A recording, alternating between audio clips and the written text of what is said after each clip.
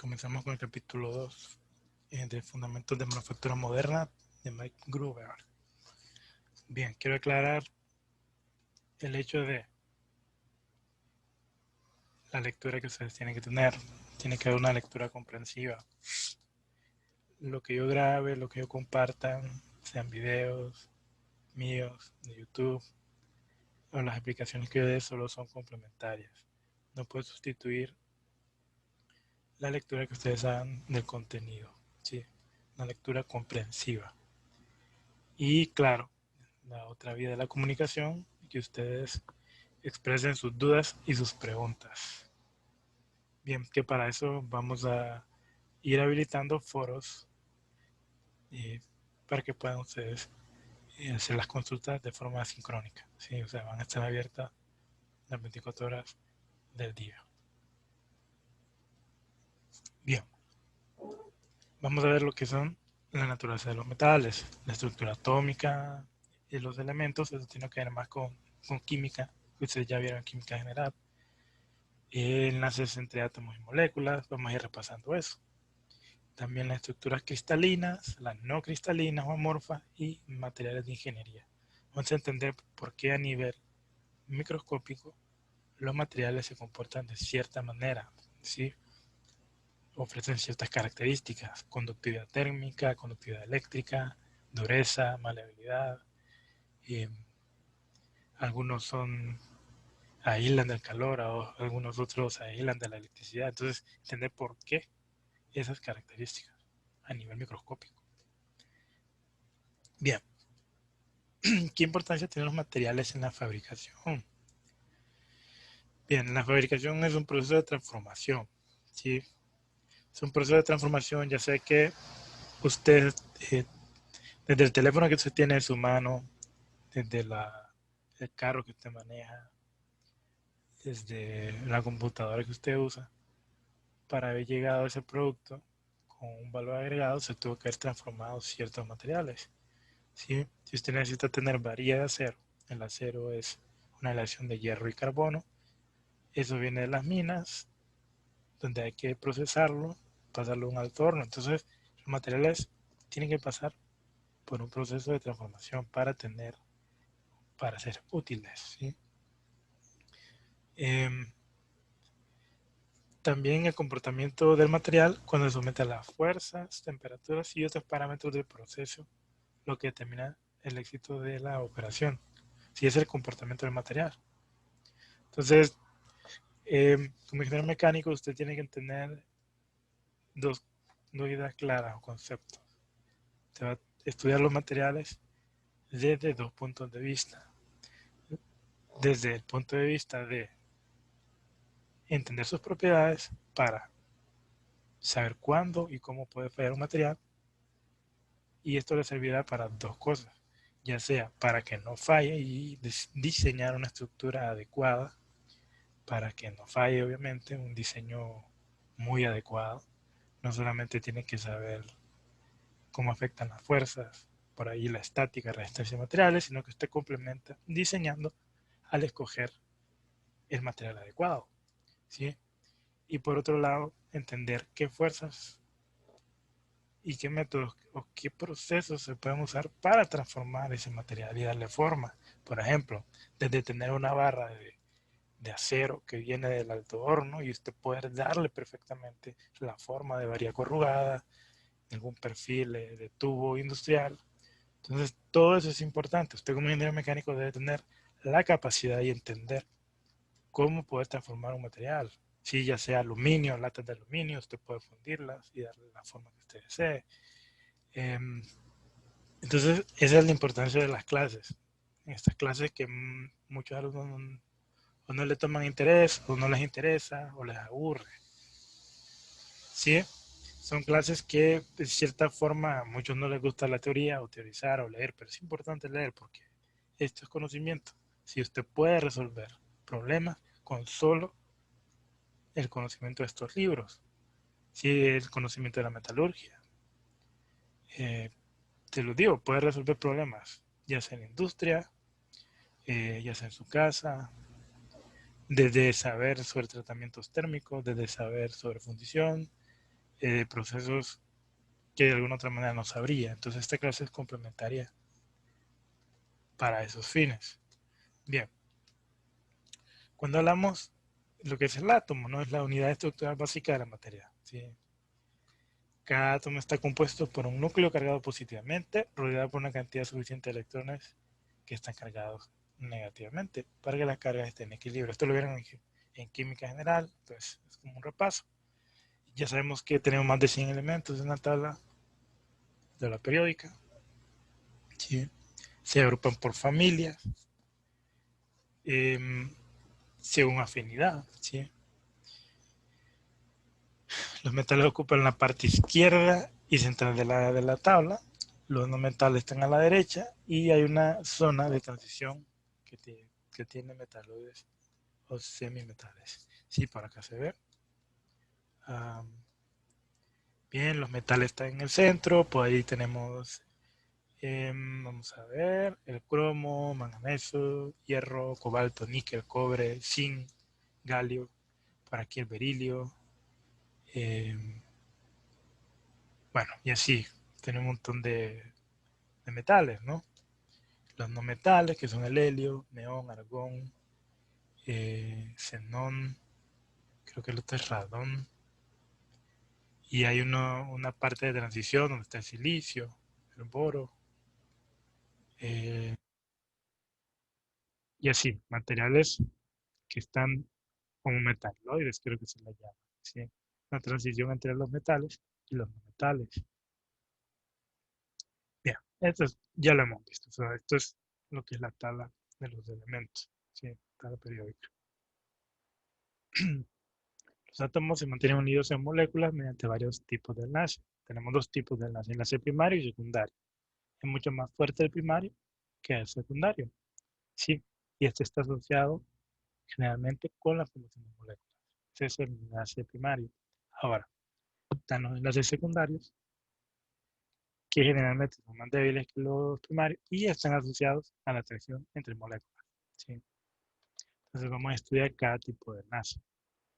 Bien, de los enlaces primarios, bueno, aquí puse, acuérdense que yo traduje la diapositiva, entonces esto es, puse un sitio web que me trajo las diapositivas de inglés al español, entonces por ahí hay palabras que se pierden en la traducción. Por ejemplo, aquí dice bonos primarios, no, aquí no, es, sería enlace primario, ¿sí?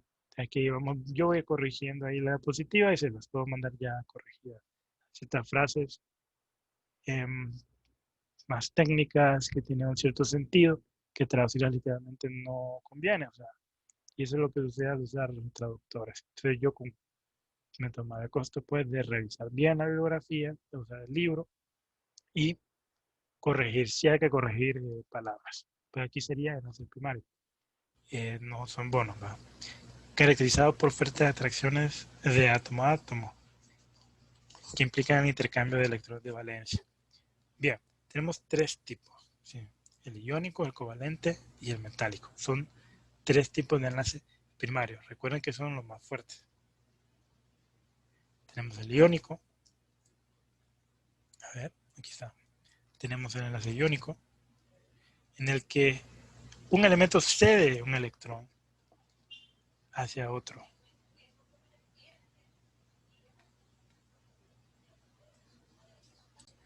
Bien, tenemos eh, el enlace iónico. A ver,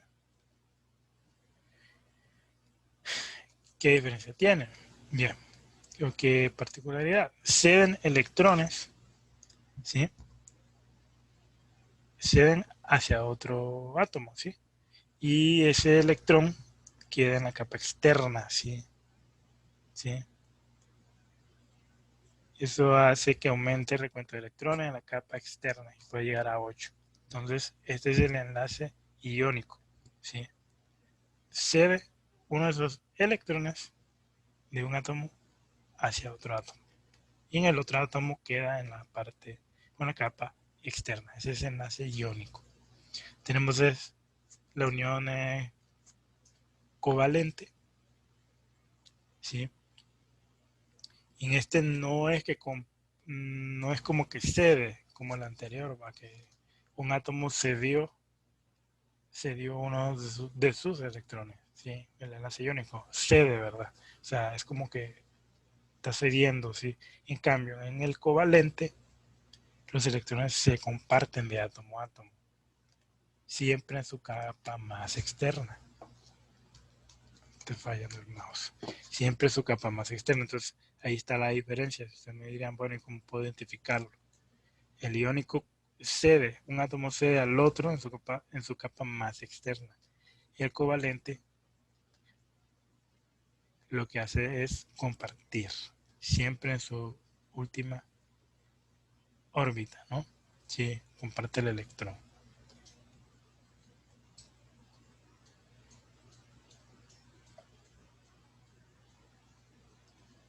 Bien, tenemos la unión metálica.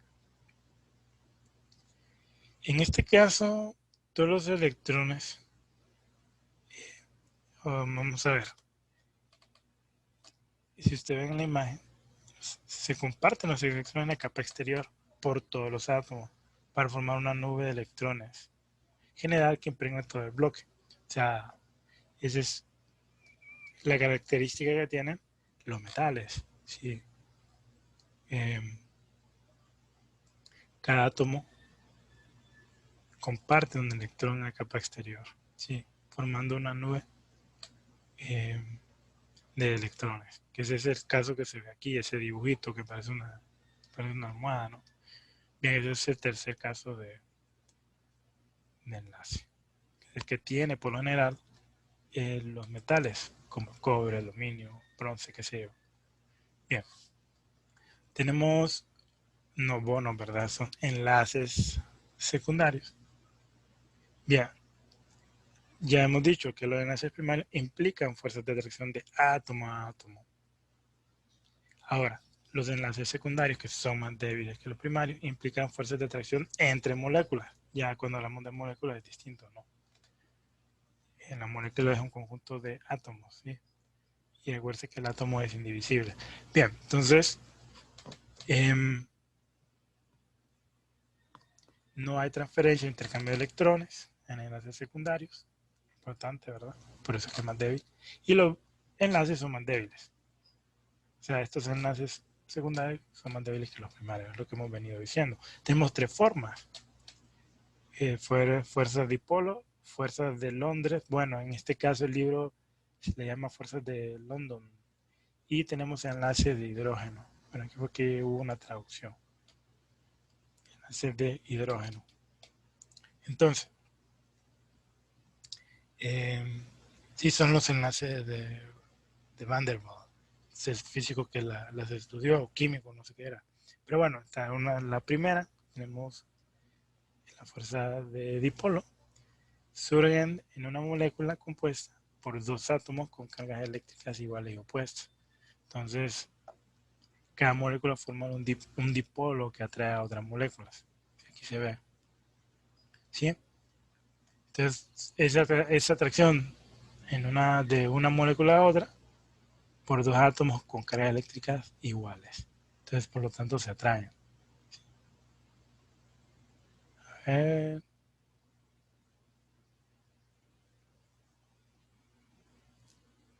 ¿Sería que se atraen? Mm. Bien, estas serían las fuerzas dipolares y se forma un dipolo. Ahora están las fuerzas de Londres o London, que son fuerzas de atracción entre moléculas, pero no son polares. Es decir, los átomos de la molécula no forman dipolos. Sin embargo, acá, debido al rápido movimiento de los electrones en órbita, se forman dipoles temporales. ¿Sí? Entonces, las fuerzas de London o bueno, aquí también está la imagen, no hizo la traducción, London Force o Fuerza de Londres. Sería la traducción así literal. Tenemos los enlaces de hidrógeno. Ocurren moléculas que contienen átomos de hidrógeno unidos covalentemente a otro átomo. Por ejemplo, el H2O, el agua, ¿no? Dado que los electrones para completar la capa del átomo de hidrógeno están alineados a un lado desde el núcleo. El lado opuesto tiene una carga neta positiva que atrae electrones en otras moléculas. Sí, acá se ve atracción. Este sería el enlace de hidrógeno.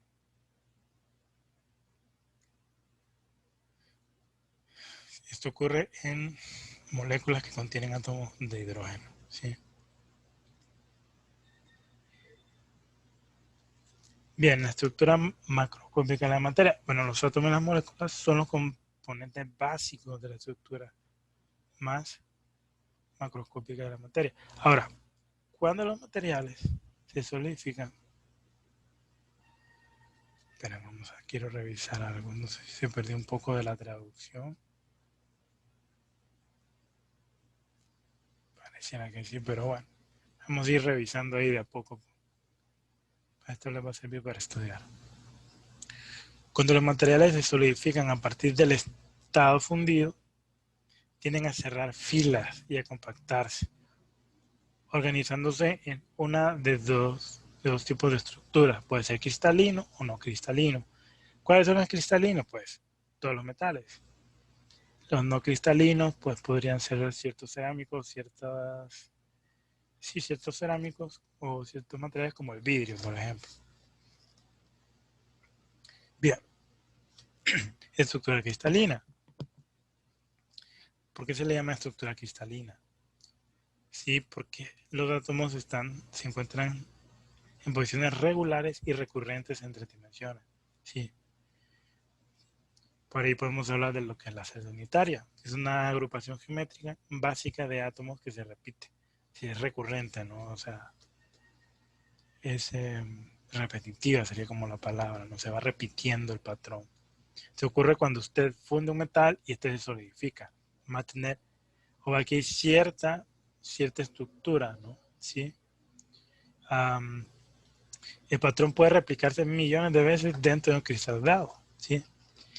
Y la estructura característica de prácticamente todos los metales, así como de muchas cerámicas y algunos polímeros, ¿sí? Lo que les venía diciendo, la estructura cristalina. Entender esto es importante porque ya podemos hablar de los procesos de fundición, qué cuidados hay que tener cuando usted funde un metal y después se enfría, se solidifica y se enfría, o entender esto le puede servir para saber qué comportamientos tiene el metal eh, cuando usted decide hacer tratamientos térmicos. ¿Sí? Por ahí le puede quitar o añadir resistencia al material. Bien, tenemos tres estructuras cristalinas en los metales. Bueno, estos son tres, hay más. Estos son como los más básicos, vamos a ir viendo así como para que ustedes los tengan en mente. Tenemos la estructura cristalina BCC, la FCC y la HCP, que es lo que vamos a ver en el libro. Hay muchas más. Bien, el BCC es cúbico centrado en el cuerpo. La FCC es cúbica centrada en la cara. Y la HCP es hexagonal compacta. Son tres tipos de estructuras cristalinas en los metales. Como les digo, pueden haber más. Ahora bien, fíjense acá. Cúbica centrada en el cuerpo. ¿Por qué se llama BCC? Esto está en inglés, o sea, es como una abreviatura de la cúbica centrada en el cuerpo. De una manera que usted pueda aprenderse. Body Center Cubic. Después sería cúbica centrada en el cuerpo. F es de face, de cara. Entonces, cúbica centrada en la cara. ¿Sí? Y hexagonal compacta. HCP. Entonces, acuérdense que esta abreviatura es del inglés. ¿Qué particularidad tienen cuando es centrada en el cuerpo? Tiene cierta disposición, en este caso el átomo. Si ustedes se fijan, en las aristas de la estructura cristalina, nosotros tenemos como que usted tenga un cubo básico. En cada esquina tenemos un átomo. Y como es centrada en el cuerpo, hay una en el centro de esa red cristalina. Y esto se va a repetir millones de veces. Esto lo vemos en 3 dimensiones, ¿no? En X, Y y Z, porque se pueda entender un poco. Entonces, esta es centrada en el cuerpo, porque en el cuerpo está centrado, o sea, tiene sus aristas normales, los átomos, pero tiene una en el centro. Ahora, tenemos la centrada en la cara, o Face Cubic Center. En este caso, no solamente usted tiene átomos en las esquinas, en las aristas de la celda unitaria, sino que usted tiene átomos en cada cara. Si se fijan, es como que usted tenga un dado, ¿no? Un dado tiene unas 6 caras y en sus 6 caras va a tener en esta forma un átomo. Es como que tuviera un dado usted, como que tuviera un dado de que marcado con 1 en todas sus caras. En todas sus caras. Básicamente eso es. Ya, están las aristas normales como en el anterior, pero el átomo está centrado en la cara. Miren, 1, 2, 3, 4, 5 y 6 ahí atrás. No se ve bien más porque en 3 dimensiones cuesta verlo más, pero es básicamente eso. Es como que usted tenga un átomo en cada cara y son 6 caras, ¿no? Face Cubic Center. Y tenemos la hexagonal compacta. ¿Por qué se llama hexagonal? Porque esta nos está mostrando un comportamiento. ¿Sí? Si se fijan, tiene la forma de un hexágono, ¿sí? Viéndolo desde arriba. Y es compacta porque se va repitiendo en cantidad de veces ese comportamiento de los átomos. Y bueno, ¿de qué me sirve saber esto? Bueno, cada metal, cada material me ofrece un tipo de estructura cristalina. Y de acuerdo a ese tipo de estructura cristalina, usted puede tener o mayor resistencia en un material, mayor dureza, o puede tener mayor maleabilidad, o sea que usted pueda deformar el metal. Entonces, para ciertos metales, por ejemplo, en el acero para ciertas temperaturas me puede eh, mostrar estos comportamientos de estructura cristalina y estos comportamientos con respecto a la temperatura. No es lo mismo tener una barra de metal a temperatura ambiente que tenerla a 700 grados, que tenerla a 800 grados. Y acuérdense que el acero funde a más de 1600 grados. Entonces vamos a ese hecho que la temperatura hace que cambie el comportamiento de la estructura cristalina. Entonces esto es usado, si usted lo entiende, esto es bien usado para los procesos de tratamientos térmicos. Dependiendo de la estructura cristalina, usted puede obtener ciertas características del metal. ¿Sí? Cuando los tratamientos térmicos son procesos de calentado y enfriamiento. Entonces ahí la importancia. Bien. Algunas estructuras de cristal para metales comunes, es lo que les venía diciendo. Estructura cristalina, ojo aquí va. Estructura cristalina a temperatura ambiente. ¿Sí? A temperatura ambiente. Claro, si usted aumenta la temperatura, ya esto va a ir cambiando. Cúbica centrada en el cuerpo o body center cubic. ¿Sí? ¿Qué materiales o qué metales me ofrecen ese tipo de estructura? Ojo, a temperatura ambiente, ¿verdad? El cromo, el hierro, el molibdeno y el tungsteno. ¿Sí? Esa es cúbica centrada en el cuerpo. Ahora, la cúbica centrada en la cara, ¿qué materiales me lo ofrecen? El aluminio, cobre, oro, plomo, plata, níquel. Entonces ya puede por ahí usted deducir que también dependiendo de la estructura cristalina es el comportamiento del material, es el comportamiento o la característica, que es lo que me puede ofrecer el material. Y tenemos la hexagonal compacta o de paquetamiento compacto. ¿Qué materiales me lo ofrecen? El magnesio, titanio y el zinc.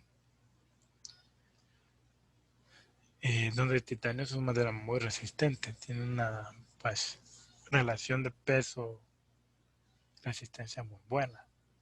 Si usted piensa en el aluminio, en el cobre, Son materiales que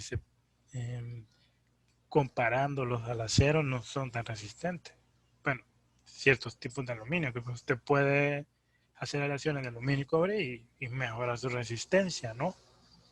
Pero el aluminio y el cobre en un estado más puro, o sea, no maleado, no habiendo hecho en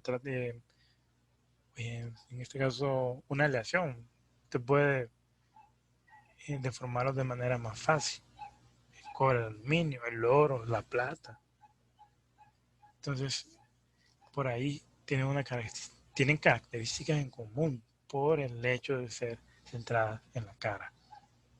De ahí el cromo, hierro, molibdeno y tungsteno, que se pueden aliar entre sí, también tienen ciertas características.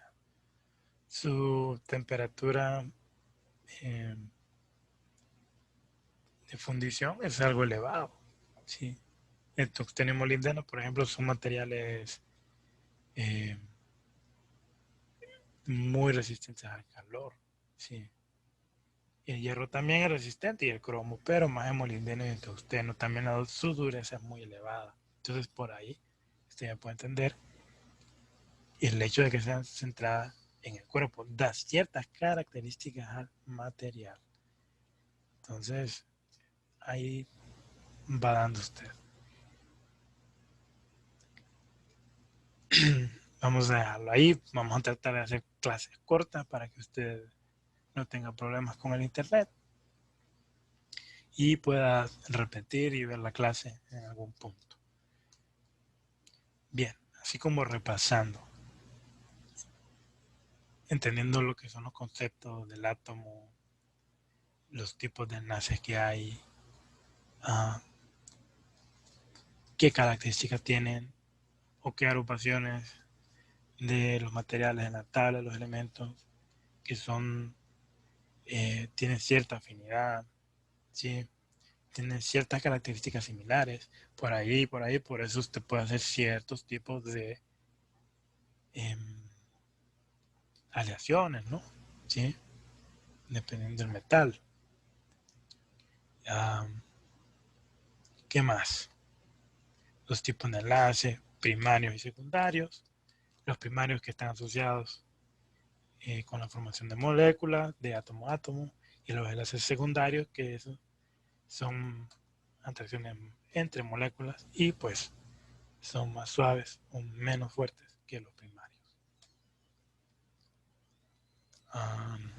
Los enlaces primarios, el iónico, el covalente y el metálico. Si el iónico que cede un electrón, el covalente lo comparte y la unión metálica pues se forma una nube de electrones. Tenemos los enlaces secundarios, están las fuerzas dipolares, las fuerzas de Londres o London y los enlaces de hidrógeno. Las fuerzas dipolares se forma un dipolo en intercambio de átomos. En las fuerzas de Londres o London es temporal la formación de los dipolos. Y en los enlaces de hidrógeno ocurren moléculas que contienen átomos de hidrógeno, ¿sí? Que están unidos covalentemente a otro átomo, el ejemplo del agua, ¿no? Las estructuras macroscópicas de la materia, aquí tuve que haber dicho microscópicas, ¿no? Vamos a corregir eso. Bien, están los cristalinos y los no cristalinos. Ya hemos dicho que los cristalinos en este caso serían los metales. Hablamos de lo que es la celda unitaria, que es una agrupación geométrica básica de los átomos que se repiten, ¿sí? O sea, es recurrente, no irregular. Eh, y es una forma de estudiar los materiales.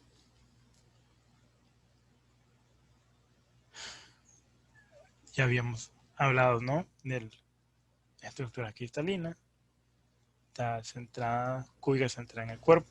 Acuérdense, body, que es B, ¿verdad? Y face, que es cara, centrada en la cara. Y la H de hexagonal. Con eso usted va a conocer más rápido. Entonces, dependiendo de la estructura cristalina, el material me puede ofrecer ciertas características de resistencia, dureza, eh, a la temperatura que funde el material, ¿sí? Qué tan buen conductor es de la electricidad, ¿sí?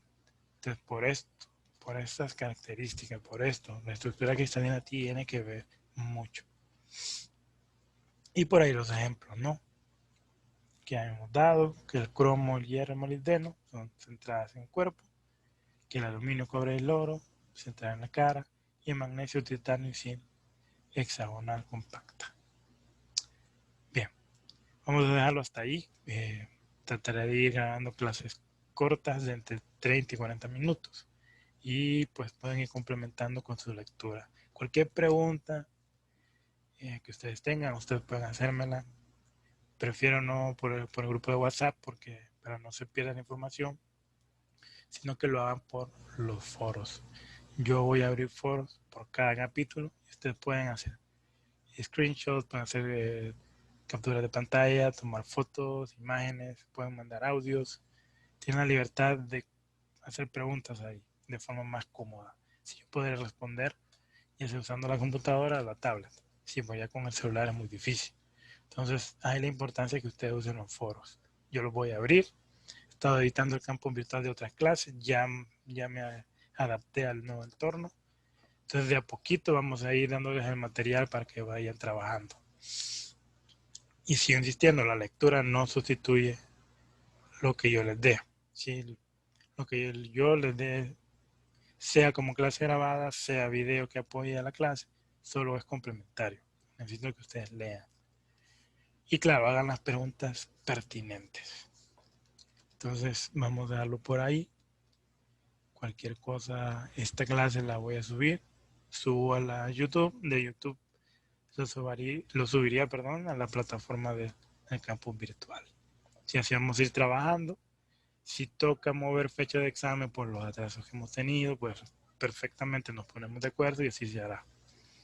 Entonces, sin más que decirles, pasen buen día.